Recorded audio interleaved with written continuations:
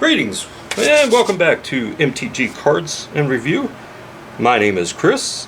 I'm your host here today. I'm going to be hosting and talking once more about SimCity, the card game. We are going to basically move on to, basically as you see where we left off at, we're going to move on to and look more about SimCity and some of the things that came with it though. Because that is what we are all about, is looking at in these basically trips down memory lane, what else can we find, what else can we learn and share with you guys. And then of course the other thing that I am always looking out for is basically where I might be able to find basically other aspects of the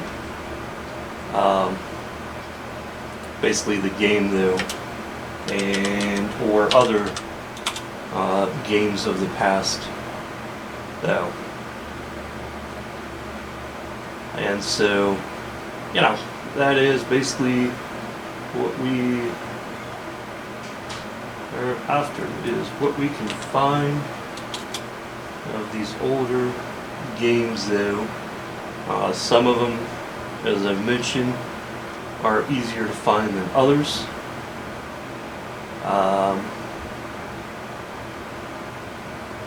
Some are much more difficult to find, and so as with each kind of set that we roll through, Thursday that we roll through, you know, we'll be looking at sharing and showing them off though, and basically I will of course be on the hunt for other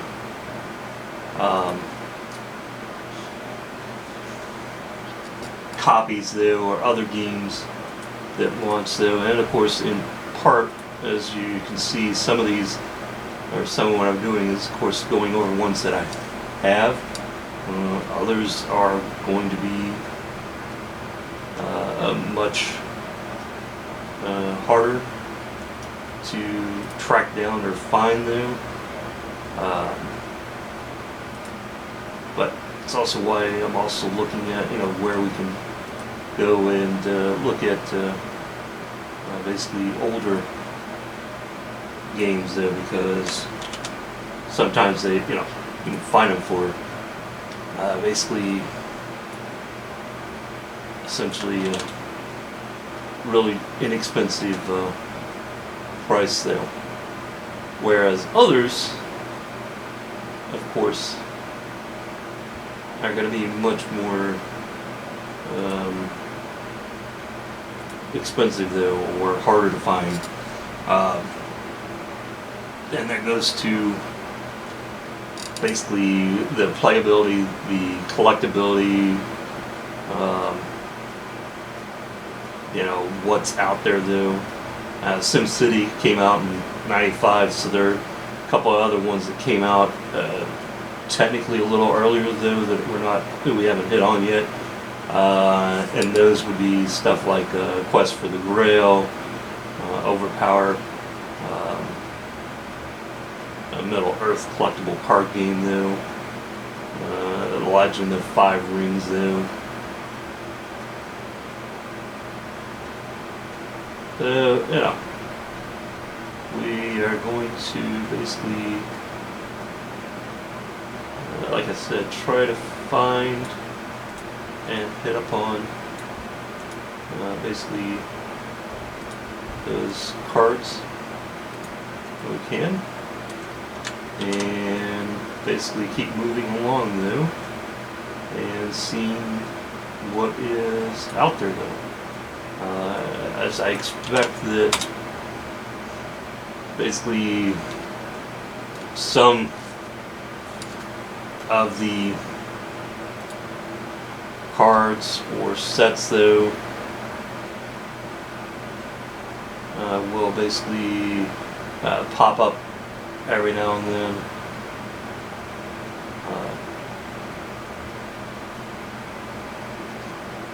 So, you know, that's basically what we'll be keeping an eye out, is whether or not I can find basically, you know, something out there though that is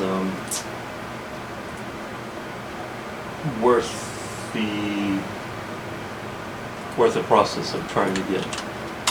And others though, you know, not going to be that, they're going to be hard. So I can tell you as an example. So I just was looking over here. You guys can't see what I was looking at, but one of the games that apparently that was launched back in '96 though, and I don't really remember it though. It was a game called Monty Python and the Holy Grail. Well, you want to try to get Monty Python and the Holy Grail, depending on where you're looking at, you probably be looking at like a $40 or $50 game just for starter deck though, potentially, because of the fact that in some cases some of them were made in such a limited quantity though, that the scarcity of what's out there though makes them basically that much more pricey or expensive though. So like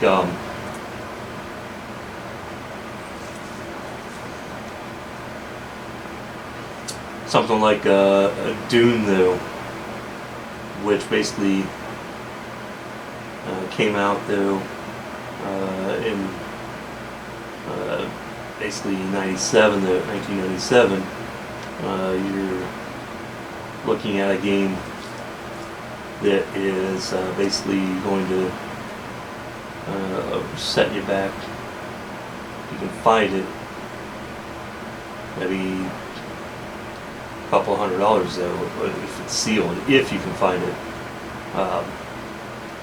So that goes part to the basically the age of the game, the production though, and the game itself though. So yeah, that's kind of what we're, you know, when I do these videos and we're looking at these cards though, and these sets though, I'm looking at it from the standpoint of basically, do I have it? Do I have an interest in it? Did I have an interest in it? And is it even worth the time to try to pick up though? And so the answer is that if I can find it at a reasonable or basically a clearance fire sale price though, then sure, I will